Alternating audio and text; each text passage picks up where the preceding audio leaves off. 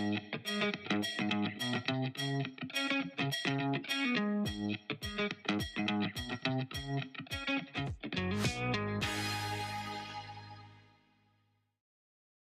and welcome to Harvard Business Review's The New World of Work. I'm Adi Ignatius, editor in chief of HBR. And each week on this show, I interview a CEO, a thought leader, or somebody else interesting who can inspire us and educate us on the changing dynamics of the workplace. Whether you're navigating the complexities of a large corporation or the challenges of a excuse me, of a small startup, whether you're based in the US or anywhere else in the world, you face your own unique set of issues. So the aim of this podcast is to inspire thought and provide insights as you seek to bolster your business and pave your own path toward career success. So on today's episode, we have a great guest, Kareem Lakhani of Harvard Business School. I'm going to come back with a proper introduction in just a moment. But first, let's hear from our good friends at KPMG who are sponsoring this season of the New World of Work.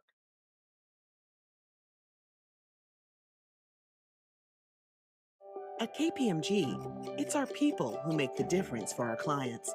Talented teams leveraging the right technology to uncover insights that illuminate opportunity. Ready to make the difference together?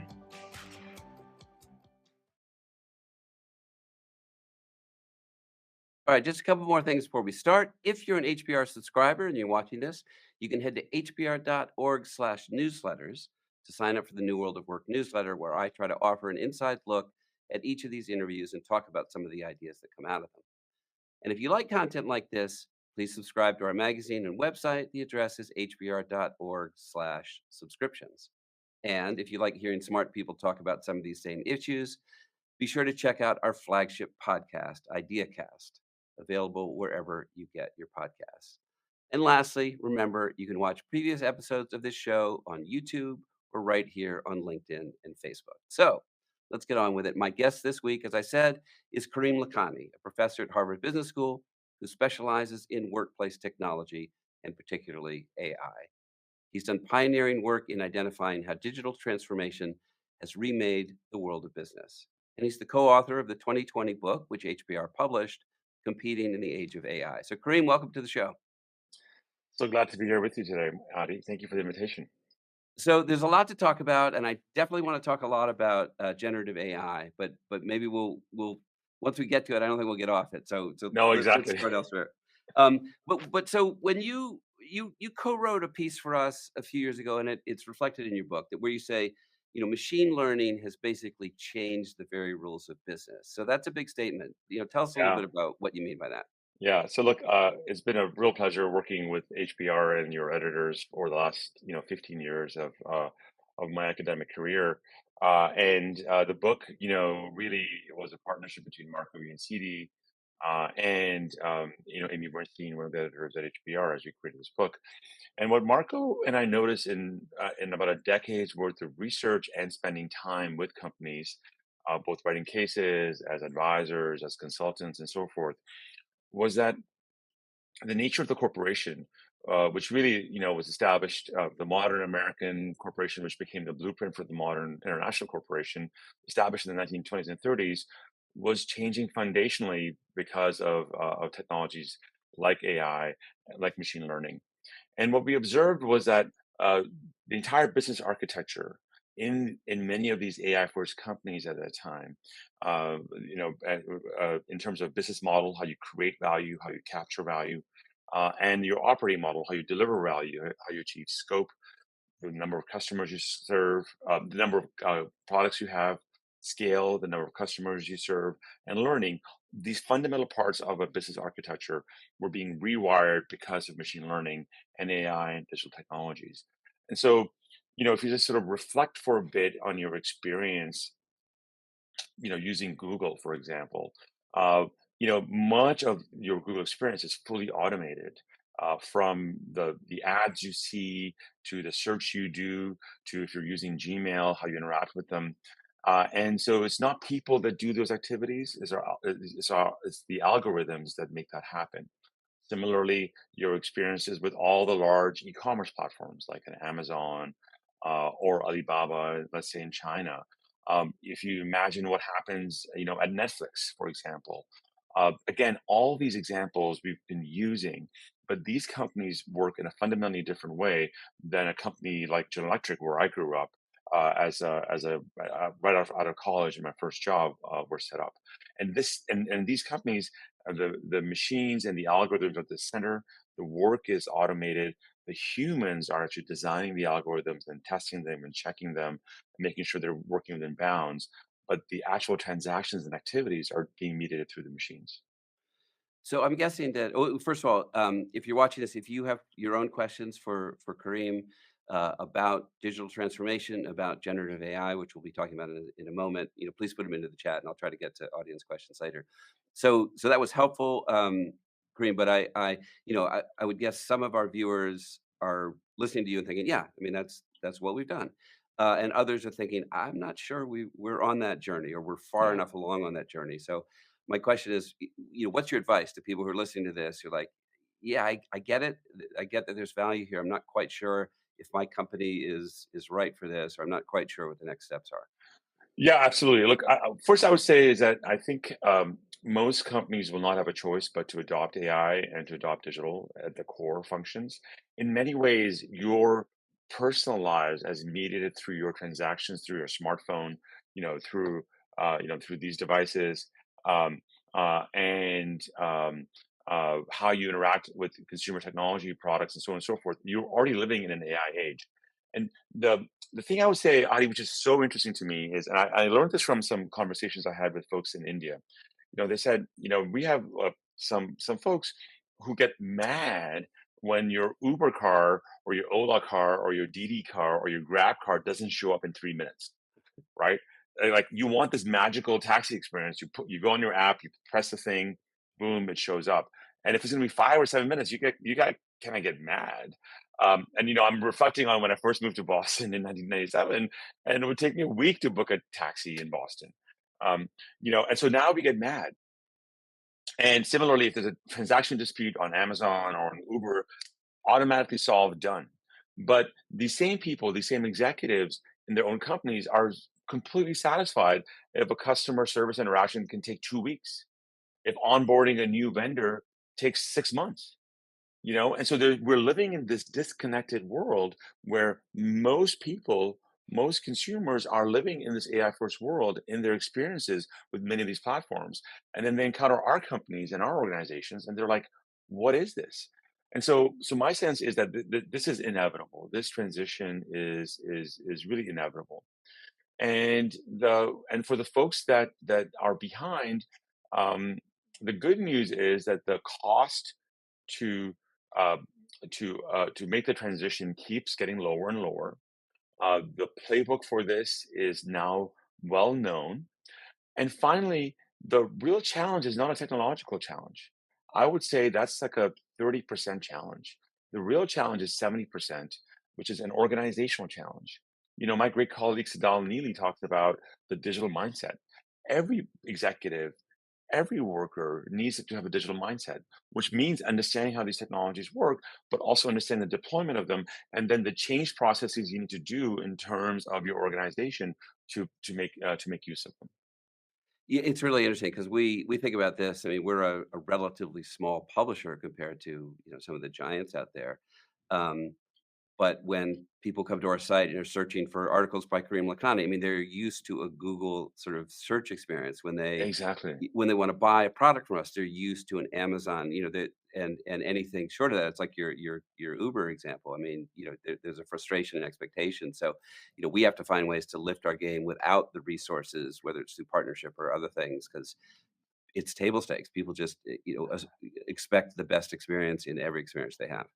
100%. And like if I look at my teenage daughter, she's like, she has no patience for old lion companies. Like she just gets mad and just is like, what is this? And so absolutely.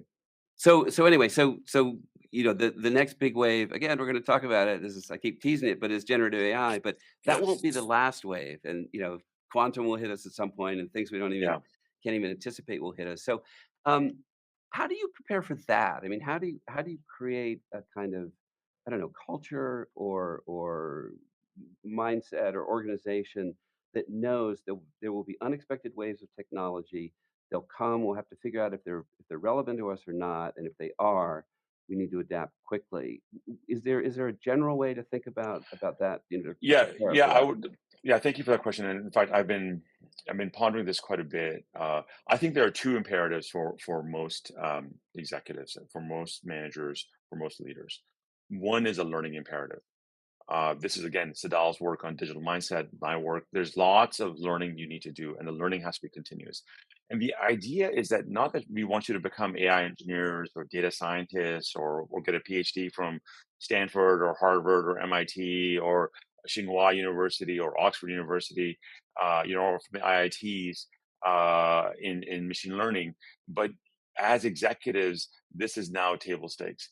You know, and the way I think about this for, at the MBA program for us, uh, you know, people come to the Harvard MBA program and, we have a first year as a required curriculum. There's 10 courses and one of them is accounting. Okay. Now I can tell you accounting is a very important profession, but most MBAs that join HBS don't want to be accountants. But they need to learn accounting because that's the language of business. That's the ways in which you think about how value is kept track of, how expenses are being tracked of, and so on and so forth. Super important. And you don't take the accounting course to become an accountant, but you need to understand accounting so you can be a good business person. Same thing now with digital technologies and machine learning. Like you need to understand the machine learning stuff and the AI stuff, not because you're going to become an AI engineer or an AI scientist, but because that is now going to be a critical table stakes for you to understand how business works. So there's a learning imperative, and I don't think we can take away the learning imperative anymore. Now, look, I'm self-centered about this. I'm self-interested. I'm in the learning profession. That's what I do. So I want to sort of caveat that. But I want to just insist that I think the learning journey does not stop, and you have to invest in your own personal learning. And I think companies need to invest in the learning for their own employees as well. It's a two-phased conversation. Companies have to embrace this, and so do individuals. But the second bit, I think, Adi, is equally important, which I think is completely underrated, which is change and change management, and change becomes a skill for managers and for leaders and for executives. How you change, how you continuously change, how you build the DNA for changing becomes very important. At a time, I was in Asia a month ago, and had a chance to spend some time with Mickey Mikitani at Rakuten. And, one of the things that's amazing is what he has thought about as change as a core competency for all workers and for all employees. Right now, most change programs are viewed with skepticism, flavor of the month, blah, blah, blah. And people resist. People resist. I think the best companies will be the ones that can understand how change becomes a skill. And if you think about change as a skill, what does that mean? Skills require acquisition of the skills. So you got to invest in learning. What does it mean to change? It requires practice. Right? You got to keep changing as well. And it requires adjustment. Once you've learned how to change, how do you change that? How do you provide that to everybody else? So those elements, I think, will become a key part of the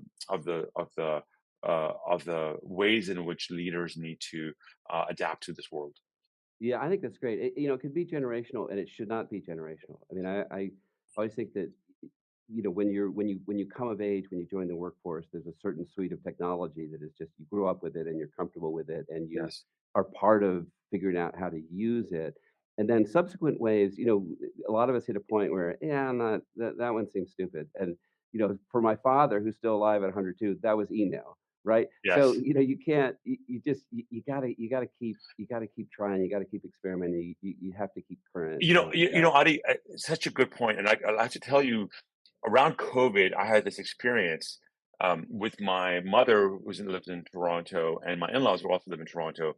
When the things sort of eased up a bit, and in the November of 2022, when Thanksgiving was on, we were able to fly them back to have a reunion with them, and 2020, sorry, November 2020, when things eased up a bit with the vaccines and so on and so forth, we were able to, you know, uh, uh, uh, bring them over, and I'm losing the dates, but around that time, one Thanksgiving in COVID, and if you recall, traveling, even just crossing the border from Canada to the US, was very difficult because you had QR codes and apps galore. Canada needed all this stuff to exit. US needed these stuff to enter, and the same thing. for entry as well.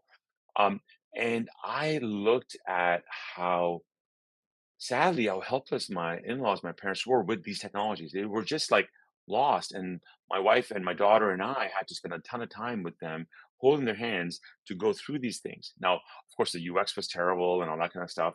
But we figured out how to do it ourselves. But they were stuck. They couldn't adjust. And then as I reflected on that experience, I said, oh, this is what's happening to most executives. This is what's happening to most companies. It's like they're like the senior citizens, the elderly who have resisted the technology, have not really embraced it, and now have no choice but to deal with it and are frozen and need a ton of help. And that's what the thing that we have to get over Yep. as we think about this. Yep. That's great. I think we can throw out our cue cats, but otherwise, Yes, yeah, I remember that. I'm a cute cat still. um, Old all right. joke for those in publishing. Yeah, I know that's definitely this dates us. So let's talk about generative AI. So people who if that sounds jargon. Oh, by the way, you referred to earlier to Sadal, and I just want to fill out that's Sadal Neely, who is another great. Professor Sadal Neely, senior assistant dean of the Yeah, Harvard Business School, my good friend, yeah, and author of another great HBR book called The Digital Mindset. absolutely. So, all right, generative AI. For people who aren't you know conversant, and probably most of you are now, but this is large language model learning, predictive, Chat GPT, Bard, Bing, all these things, and Yes, I like to say that there were sort of three waves. The first was we played with this technology, when it came out in whatever it was, November of last year. yes, Then we tried to break it by, yes, Chat GPT, are you in love with me? yes, And now we're trying to figure out, how to use it, and the use cases are happening. So yes, first question for you, like, where are you in the hype cycle? Because technologies come and go, and there was a sense with this one that everyone basically said, okay, this is different. this is This is different. important. This is transformational in ways that few technological innovations are. But where are you on that in the life cycle? I'm on the like, holy crap, this is transformational. uh, yeah. So look, the way I think about this is it's actually worth to sort of pause and look at history a bit.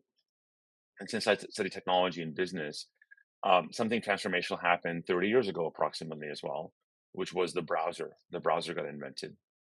And if you sort of think about the browser, there was 30 years of the internet, the browser gets invented, and people were like, "Oh my goodness, look at this!" And I remember I could still see as clear as day when I first encountered the browser, and I was working at General Electric. I was at a conference for radiology, and one of my clients, a radiologist at St. Paul's Hospital in Vancouver, showed me the browser, and the thing he showed me was the Oxford Coffee Pot. I'm like, huh, interesting. Like all of a sudden, the Oxford Coffee Pot has global distribution. Anybody that has a web browser and internet connection can use it. So there's 30 years of internet in the basement, in the bowels of companies. We didn't understand it. We saw it was coming. It was coming. There was Usenet, there was Gopher, there was Telnet, there was FTP, all these kinds of things. The browser showed what the world would look like. And the initial applications were cute applications. And people were like, this is nothing. This is whatever. But fundamentally, from an economics point of view, what the browser did is that it lowered the cost of information transmission dramatically. And then the last 30 years, we've been living through the build out of the internet and waves and waves of the internet changing more and more and more industries over and over again. We've all living through that. Just imagine this right now, right? We are broadcasting live to, I don't know, thousands of people, and then more people will sort of be looking at this broadcast at relatively zero marginal cost to us to do this. This seems unbelievable compared to 1993, right? Where you need a massive TV studio, massive broadcast studio, satellite dishes to be able to do what we're doing right now. Um, and so the cost of information transmission went to zero, and then new companies formed: Google, Amazon, Facebook, you name it. E-commerce got invented, and so on and so forth. Um, and so that is the world that we are coming out of. The internet era is what we're coming out of, and the same thing has happened with generative AI. There's been 20 years of AI being deployed at scale inside of many tech companies, the ones we used in our examples in our book. Um, and that was in the basement. So your Netflix movie recommendations, your Google search results, your Amazon recommendations, your Spotify music results, your car access, all that was being your Waze access, your directions, all that was being empowered by AI tools, even your spam killers. Remember how bad spam used to be in for a while, and then overnight it went away because people deployed machine learning systems to those things, early machine learning systems to those things. I think Now, yep. Go ahead. now, how do we think about generative AI? So my view is generative AI is a drop in the power in the cost of cognition and how we think. So if the internet was one of cost of information dropping to zero, my sense is that the cost of cognition, how we think, who we think with, is dropping to zero with or lowering significantly with this, and that has significant ramifications for this. And I have to tell you, I had to like sort of do a major pivot even in my research side on what to do with this. I was doing a lot of stuff around AI adoption and so on and so forth, a lot of research, a lot of nerdy research that only like three people ever read. Uh, but we have like gone, my whole institute and my labs have gone big time into figuring out what this means for knowledge workers, for managers with generative AI. Yeah, well, let's talk about that because I think, again, for our viewers, that probably some of you are well conversant or using it, whether it's for fun or to try to figure out work applications. There are, you know, products available that are using this, that rolled out pretty quickly. How to think, is there a way to think about this generically? What is, for a generic company, if there is such a thing, what how do they think how should they think about using generative AI? I mean, we've seen the amazing things it can do. We've seen the hallucinations that they can create that confidently provide Yes. errors, Yes. um, so how does a Yeah. business think about, is there a generative AI application that is significant for my company, and how do I figure that out? Yeah. So first of all, I think we're at the super early stages of this hype, right? Of this cycle. And if you sort of think about like the first web browser was like Mosaic, and then Netscape, and then Explorer and Mozilla, and so on and so forth came about. So I think we should just think, and then all the applications on top. So I think we are at the early stages. The rate of innovation and the rate of improvement is increasing rapidly, and it keeps increasing. And the rate of application development is also increasing rapidly. The first thing I would say is that like the places where you can apply it is in many ways like, well, where do you apply thinking? Well, where else could you apply this, right? With all the caveats about hallucination and bias and so forth. So the first thing I would sort of say is that I think if you sort of step back and say, what should leaders do? What should managers do? What should executives do around this thing? One is to start thinking about and start practice in their own sandboxes what the use cases may be. We're seeing tremendous use cases, for example, just in sort of content generation, like our work, us as knowledge producers and content, like that's changing rapidly. Now I use ChatGPT as a amazing research associate, thought partner, copy editor, idea generator. I can tell you one thing. I was in Asia. My wife was with me on my trip, and I wanted to actually have some time for a break as well. So I went to ChatGPT and I said, this is me, it's my wife. Here's the kind of vacations we like. Can you please give us ideas of a place that would be about 3 hours from Singapore that we go to? And I prefer beach, blah blah blah blah. Boom, right? In microseconds, I got many recommendations, and then through a conversational setup, I found the place that we wanted to go to. And it was a hidden place in the South China Sea off Indonesia, and it was incredible. It was incredible, and that I would not have discovered even with my travel agent. So just even in that activity, just imagine what we can now start to do with this. And so what I would sort of say is that the thing that managers and leaders need to do is step one, start using it. I think the bans on ChatGPT and on these things are misguided in many companies. It's already on my phone. It's already people. There's 100 million users. It's already there. So I think executives and IT departments and legal departments are fooling themselves. They don't think their workers are already not using these tools. And instead of pushing against it and saying, no, you need to embrace it and run boot camps, run use case analysis, figure out where it's hallucinating in your use cases and figure out where it's actually going to be very helpful. And what I say to people, for managers, leaders, and workers is AI is not going to replace humans, but humans with AI are going to replace humans without AI. And this is definitely the case with generative AI.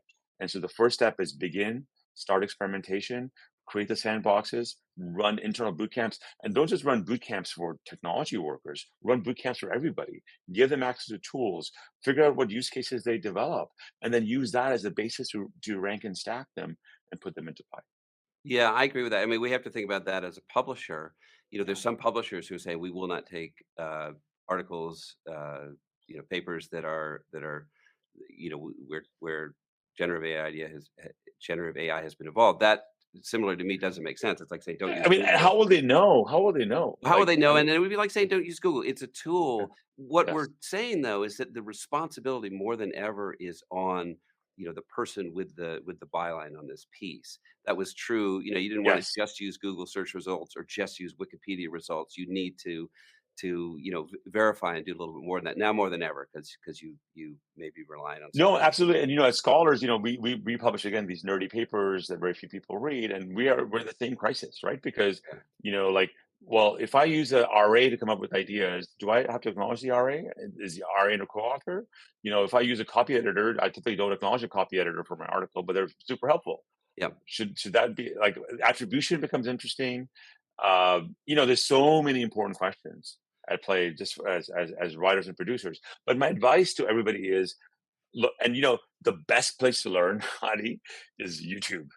YouTube Yeah. has, oh my God, so many tutorials in so many domains, and very soon you'll be down the rabbit hole. Is learn and adopt and practice and Yeah, and I see. think I think there's a trap that sometimes people feel like if they don't jump on the wave immediately, Yes. somehow it's too late.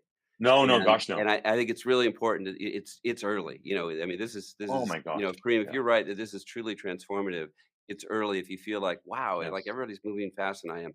Catch up, whether it's YouTube Yeah. or just doing some reading and figure out how to apply this. So let me go to some questions from the audience because there are a lot coming in, and, Yeah. so this is from Vina from somewhere in the US, and it's really, Vina is saying that AI machine learning, this is somebody's code. It comes with biases and assumptions Yes. built in. It's a topic we think about a lot, but what's your view? How can the industry ensure that there isn't sort of a monopoly on how we think and how we're biased and the assumptions that we make? Yeah. Yeah. So look, I as an individual, I'm part of Mozilla, Mozilla.com. We made the Firefox browser, owned by an open source foundation, Mozilla Foundation. If you haven't used Firefox in a while, go back and use it again. But we just set up Mozilla.ai. And the idea is that we want to create open source large language models as well and create the tooling that enables many people around the world to also have large language models suited for them. And our view is that we can build tools to detect bias and to fix bias and to fix all the craziness that these large language models can do. So I'm actively working and trying to create and support organizations that do that.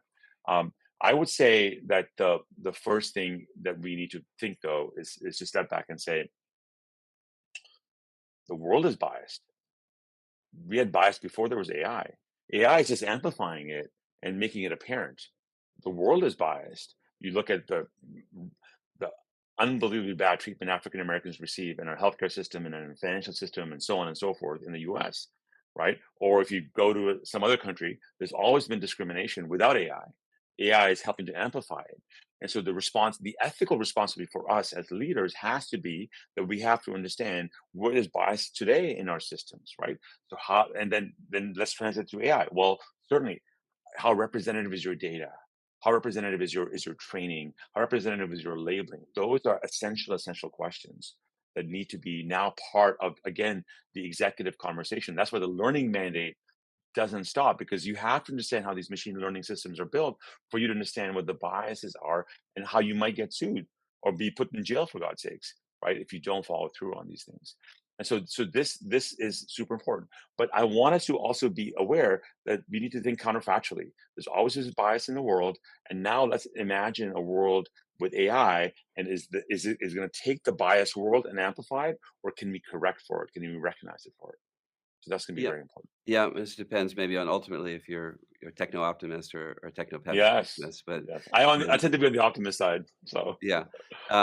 So there are a million questions coming in on this topic, and we're not going to be able to get to them all or even yes. close to all. But this is sort of a different question that's come in, and but I think it's kind of interesting. This is from Janelle in Washington D.C. So we were talking about dealing with waves of technology and changing and adapting. So the question from Janelle is, I mean, we've been talking about how your employees can learn and adapt, but how do you help the customer learn? Because sometimes that's the learning arc that you need to accelerate for your business to kind of go to where it wants you. Do you have any Yeah. thoughts on how to how to I how think it's to a great accelerate? question. I think Yeah. customers tend to be ahead. I think what happens was, what's interesting. I was in sales and marketing for 4 years at General Electric, and what would happen, what would be so interesting is because my customers knew what I had and what I didn't have, and what we're good at and what we're not good at.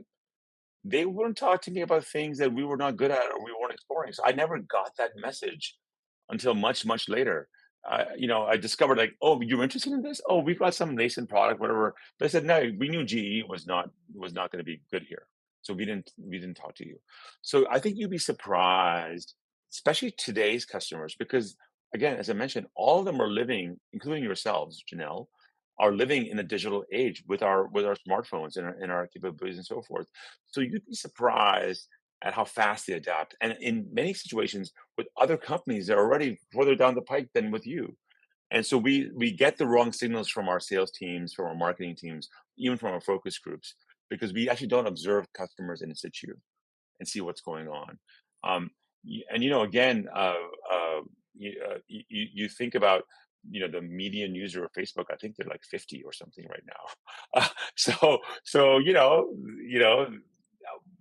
I think Well, I think I think adoption is no longer as big a deal that I think we think it is. my generation ruined MySpace, and now we're going to ruin I Facebook. know. Look at that. Now we're aging out of Facebook too. We'll get TikTok next. So last question, and again, I wish we had more time, but maybe the new wave of how people are thinking about generative AI is, I mean, first with an explanation, it's really like that technology that predicts the next word, Yes, totally. sort of on steroids. But then it sort of evolved into this almost feels like a sentient the Mm, machine is developing as kind of emotional intelligence yeah. or that we may be on the path to that. What's your view? Is that a pure illusion, or are we heading towards something that will at least feel like an intelligence and an emotional What a intelligence good question. in these The machines? first thing the first thing I always say, is be kind to your robots. Okay. So always say please and thank you when you're using ChatGPT or Bard. I do that as a principle. I tell everybody, be kind to your robots, because if uh, the the sentience moment shows up, all the data will be there, all the history of our records with these systems will be there, and you don't want them to get pissed off because hey, Kareem was a bad actor for us. So always be, I'm an ardent atheist, but I still say inshallah, and Just in because case. who knows, just in case, hedge your bets. So like I say, inshallah, we should always say please and thank you to your robots. That's the first thing. The second thing is right now the human-like responses are a statistical illusion. They absolutely are. They've just been well trained by humans to respond like humans, and they've used all of our texts and all of our videos to be human-like in many ways. So, but it's in the end, it's a statistical or computational illusion. But I have to tell you, I got a little bit of a wake up call on this. I felt like this stuff, like the strong AI stuff that has been talked about, all this stuff is like what we call weak AI. The strong AI stuff is decades away, multi decades away.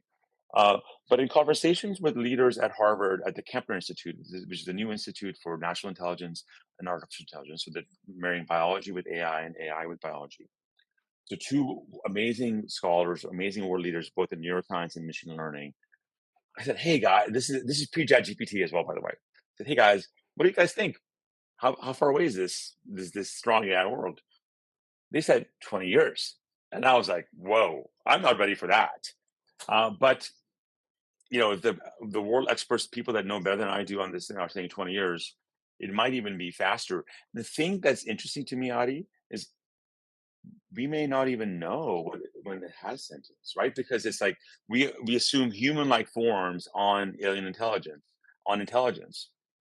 But if you read a lot of science fiction, like I do, uh, you know, maybe alien life is going to be carbon based, but maybe not. Maybe they'll have a different metabolism system, maybe different neural systems, and you need to be ready for that. So we may not even know it. That's the thing. And I think there's a paper that was at Harvard recently called First Contact. Some machine learning expert at Microsoft wrote this paper, and I was like, wow, that's pretty radical. Yeah, this is fabulous. We're gonna have to get you back on the show because there's a lot more to talk about, and we didn't Yeah, even Adi, it's a we lot didn't of even fun. get into the congressional hearings on aliens. So Oh gosh, yes. we're just a half step away from that. So this has been Kareem Lakhani, Harvard Business School professor. Kareem, thank you very much for being on the show. Great to be here with you, Adi. Thank you. Okay, see you soon. All right, so I want to thank you all for joining us today. Just a reminder, you can watch previous episodes of the show on YouTube or right here on LinkedIn and Facebook. Now, be sure to join us next week on Wednesday, August 9th at 12 noon Eastern Time, when my guest will be Andrew Liveris. He's the former CEO of Dow Chemical, who in that job got credit for pushing an ambitious sustainability agenda at the company. He's also the author of a new book, Leading Through Disruption, A Changemaker's Guide to 21st Century Leadership. And we'll be talking about how inspired leaders can best adapt to the challenges that keep getting thrown their way. Again, if you're an HBR subscriber watching this, you can head to hbr.org/newsletters to sign up for the New World of Work newsletter, where I offer an inside look at each of these interviews each week and talk about some of the ideas that came out of them. And again, if you like content like this, why not subscribe to our magazine and website? The address is hbr.org/subscriptions. And finally, we want to thank our friends at KPMG, who are our sponsors for this season of the New World of Work. And I want to thank all of you for tuning in today. I'm Adi Ignatius, and this is the New World of Work.